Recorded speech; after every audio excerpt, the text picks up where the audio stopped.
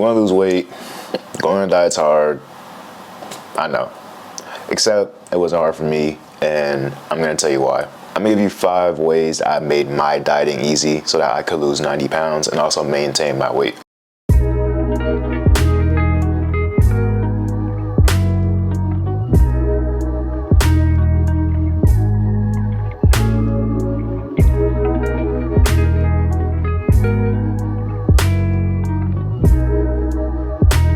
So as I mentioned in previous videos, I used to be 270 pounds and I went through a weight loss journey over the pandemic and I lost 90 pounds. Got down to 280, fluctuated up to 190, 200, even back to 220 and got back down to 180. And right now I'm at about 187 or something like that. To lose weight, there's 2 things you gotta do.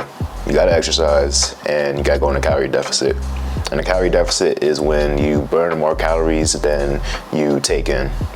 In other words, you go on a diet and you just eat less food. But it's hard to eat less food and it's hard to find the foods that you enjoy while you're going on a diet because you may have this notion, preconceived notion that you gotta eat salads, a bunch of vegetables and fruits. That's kind of true, but it's not. And like I said, I'm gonna give you 5 ways to make dieting easier. And I'll also have videos coming soon where I talk about actual foods to eat or that I ate on my diet and maybe some common misconceptions about going on a diet. But for now, let's get into the 5 ways to make your dieting easy. So the first way is to drink water.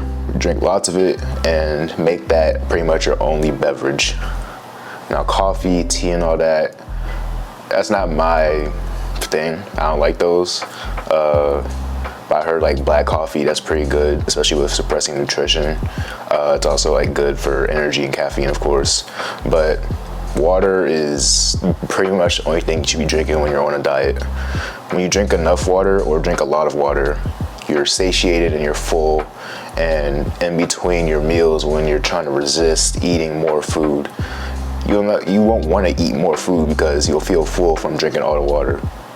And of course, when you drink water, you're hydrated, you're more energized, your body's gonna feel better, skin's gonna get better, and also it's good to help metabolize fat. As I mentioned like a few videos ago, metabolism was crucial for me maintaining my weight and also burning fat. Metabolism helps like speed up that process of like losing weight. At least it's what it did for me. And eventually, like when I lost weight and I stopped working out for a little bit, I was able to eat more food and not gain that weight because my metabolism was set and I was burning calories. So water, basic need in life, very crucial. The second thing you can do is to season your food. Please, bro, salt and pepper and a lot more, but at least salt and pepper, bro, come on. Season your food. I said in the beginning that vegetables and salads are like a common thing that people think of when it comes to diets, and yes, those are important. You need vegetables for fiber, but what you don't realize is you could season your vegetables too. Like if you think of little kids and vegetables, like they don't like eating vegetables, like mom, dad, tastes bad, I don't like eating broccoli, whatever. You could put salt and pepper on your broccoli, bro. And paprika, garlic powder, onion powder, whatever you want to put on it, you can season your vegetables. Now, as far as calories and stuff, like, yeah, they add up a little bit, but they don't add up to that much, and most is gonna add up to like 10 or 20 calories. So when it comes to like going on a diet and tracking your calories and worrying about what you're taking in, bro, just season your food. It's not that deep. Like bodybuilders, they won't season their chicken and stuff because they're on a very strict diet to get as lean as possible. So all those calories are very strict for them. So for that reason, they don't season their food. But for you and I, there are people that just want to lose weight or stay in shape or build muscle, season your food. You're gonna enjoy it a lot better. Season your protein, season your vegetables. You even put salt in your rice when you cook it. Season your food. It's gonna make your food and your diet a lot more enjoyable. So the third one is, in my opinion, the biggest game changer. You want to eat low calorie, high volume. Now let's go back to vegetables. Vegetables are a great example of low calorie and high volume. A cup of lettuce is like 5 calories. Now we're not weighing out our lettuce. I mean, you could weigh out your food if you want, of course, but like, lettuce, very low calorie, and lettuce is also full of water, so it also hydrates you and satiates you. Spinach, same thing, low calorie, Like a cup, I think, is 35 calories, maybe even less. I think 20, maybe even 10. And they're also full of fiber, so you're digested, you're full, your body's like processing everything properly. Low calorie, high volume. You can eat a bunch of spinach, you can eat a bunch of lettuce. That's why salads are pretty good, because you can eat a big bowl of lettuce, put some chicken in there. You gotta watch the salad dressing though, because stuff like salad dressing, ketchup, mustard secretly have a bunch of calories, maybe like 130, maybe a little less than that, but like 1 tablespoon, and we're not measuring out our dressings and ketchup and stuff, but there's a lot of calories in those. So if you get the right salad dressing that's calorie friendly for your salad, put some protein in there, put some more vegetables, tomatoes, or whatever, you got yourself a pretty solid meal. Fruits are kind of different because there's some carbs in there, there's some sugars in there, but they're still pretty good. Like eat I think 100 strawberries and it only come out to like 50 calories, something like that. I don't know, but something like strawberries, watermelon, they're pretty low calorie, they're full of water, keep you hydrated and satiated, keep you full. You can eat a bunch of those and you could still feel full and not gain any weight technically with the calorie intake. You can also find like a bunch of alternatives for the common foods that you eat. Like for example, a piece of bread is usually 130 calories, depending on what kind of bread you get. But if you get keto bread, you can eat 2 slices for 35 calories each, making it 70. And they'll also have some extra protein, some extra fiber, and probably the keto bread I eat has 0 to 1 net carbs. I say 0 to 1 net carbs because it'll originally have like 10 grams of carbs, but it'll have 9 grams of fiber to make it 1 net gram of carbs. So keto bread, there's also tortillas too.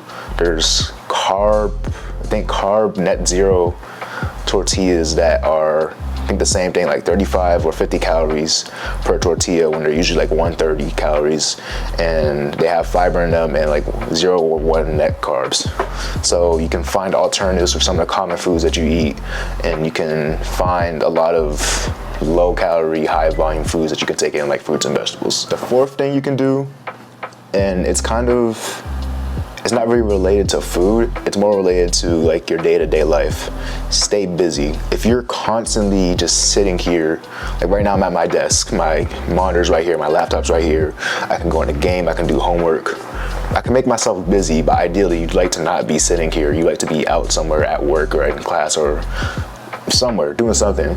But if you keep yourself busy and distracted from the fact that you're hungry and you want to eat food, you're gonna forget that you're hungry, and then when it does come time for lunch or dinner, it's like, oh, time to eat. But if you're just constantly on your bed, just chilling on your phone scrolling, and like you're hungry, especially if you're on your phone on social media and you see food, you're gonna be tempted to want to eat food. So staying hungry with like homework, work, making content, going to the gym, going on a walk, hanging out with friends, doing something. Just occupy your time where you have to sit down and not eat or worry about focusing on something else. The more and more you're focused on eating, the more and more you're gonna be hungry. But if you trick yourself and like forget the fact that you want food, then it's gonna be a lot easier to just wait until your designated meals.